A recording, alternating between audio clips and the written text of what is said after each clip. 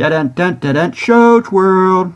Welcome to Shows World Gamers, Josh here, and it is once again that time of the week. That's right, the week is drawing to a close, and I wanted to take a moment to look at some of this week's biggest news stories, some of the biggest gaming announcements from this last week, as well as we're going to jump in and we're going to look at the biggest video game releases of this week, and this was a pretty big week. But do me a quick favor, if you're new to the channel, make sure you hit that subscribe button and join in on all the fun we're having here on the channel. Alright gamers, let's kick off this week in review with a few news stories. Now this week we did get the huge annual The Game Awards from Jeff Keighley. This was definitely one of the best game awards with a lot of fun announcements, and it felt like it had less fluff than past few years. The event kicked off with The Witcher 4 and the new standalone game Elden Ring Night Reign, which is coming out in 2025. We also had a new Onimusha, we had a new Turok, we had a new Akami game announced, and we got a first look at Borderlands 4. In all, we got a look at almost 50 upcoming games, and the big winners of the night were Balatro, that ended up getting 3 awards, and the big shocker, Astrobot, taking home not only 4 awards, but it got Game of the Year. Also, over in Japan, just awesome looking Donkey Kong Country theme park expansion to the Super Nintendo World in Universal Studios Japan Resort officially opened to the public. The theme park brings the lush green jungle from the games into the real world in an amazing theme park land with familiar locales and characters from the games. The land also has all new interactive games to play, and the big centerpiece of the land is a really fun looking Donkey Kong minecart roller coaster.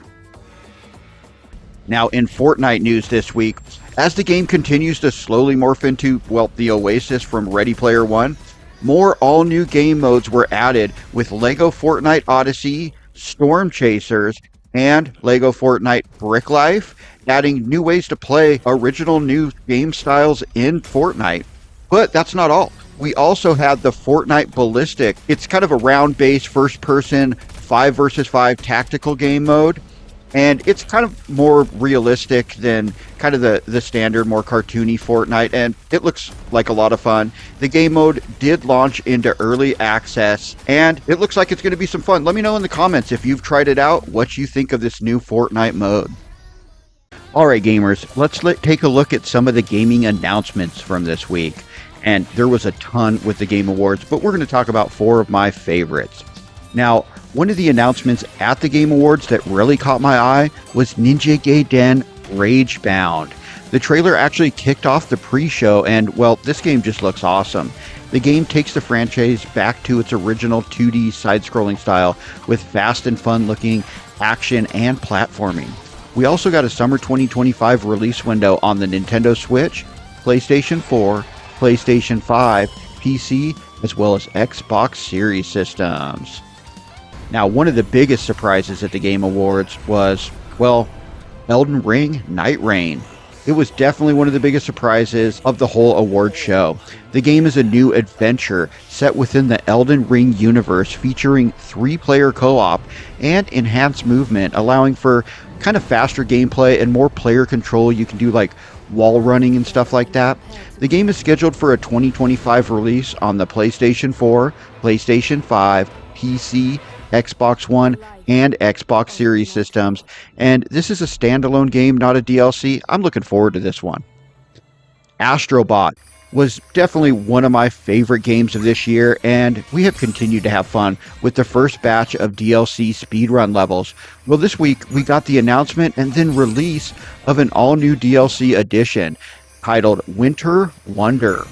This time though, instead of speedrun levels, we got more of a standard level with a holiday theme and a few new bots to collect. Also, Hazelight Games, the company behind the Game of the Year winning It Takes Two, announced their next highly anticipated game at the Game Awards. Split Fiction is, just an awesome looking 2-player co-op game that has you jumping between a fantasy world and a sci-fi world as you try to escape a simulation. The game is coming out on March 6th on the PlayStation 5, PC, and Xbox Series systems, and we'll definitely be checking this game out. Me and my son like playing those co-op games where you have to work together. We're going to have some fun with this one. Alright gamers, let's finish up with this week's new video game releases. And well, the big release this week comes from Microsoft and Bethesda, as we finally got my most anticipated Xbox game of the year, Indiana Jones and the Great Circle.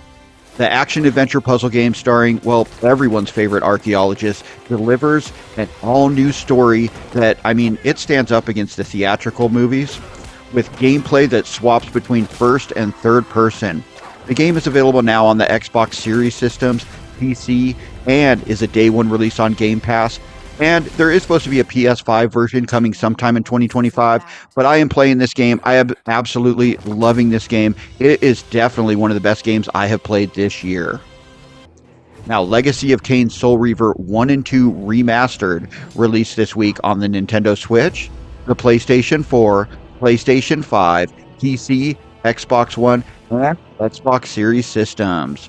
25 years after Soul Reaver released on the original PlayStation, the game is back along with its sequel, where we take control of Raziel in his battle against Kain in a fun 3D action-adventure game loaded with puzzles and upgraded visuals. Now, Mighty Morphin Power Rangers Rita's Rewind released this week on the PlayStation 4, PlayStation 5, PC, Xbox One, and Xbox Series systems.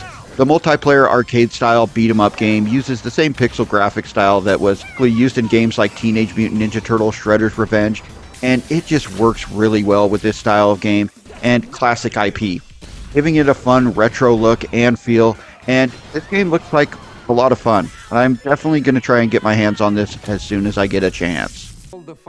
Now, also, once again this week, Nintendo delivered us, more game releases into the Game Boy and NES library of games as part of the Nintendo Switch Online service. And this time, we got one of the greatest games of all time. That's right, Tetris is finally available in the service. The game that came packed in with the original Game Boy at launch and propelled it to basically instant success. Now, that original version of the Game Boy one was in there, but we got two new versions this week. We got the original NES version, which really introduced most of us in America to Tetris, as well as the Game Boy Color version, Tetris DX. Alright gamers, that concludes this week in review for the week ending on December 13th. The week started with Indiana Jones and the Great Circle review scores showing the game, it may just be everything we hoped for, and a big win for Xbox to finish off what was a pretty rough year for the company. Then, I got my hands on the game, and so far, it is awesome. Easily one of the best games I have played this year, and I will include a link for our first video of our playthrough at the end of this one, so definitely check that out. It's like an interactive movie, and the story, it really competes well with the movie stories. It fits right in. And the week ended with the Game Awards crowning its 2024 Game of the Year in what I thought was a pretty big surprise, as Astrobot took home the dub. But let me know anything we may have missed in the comments, and thanks for joining us today, gamers. Joach World, out.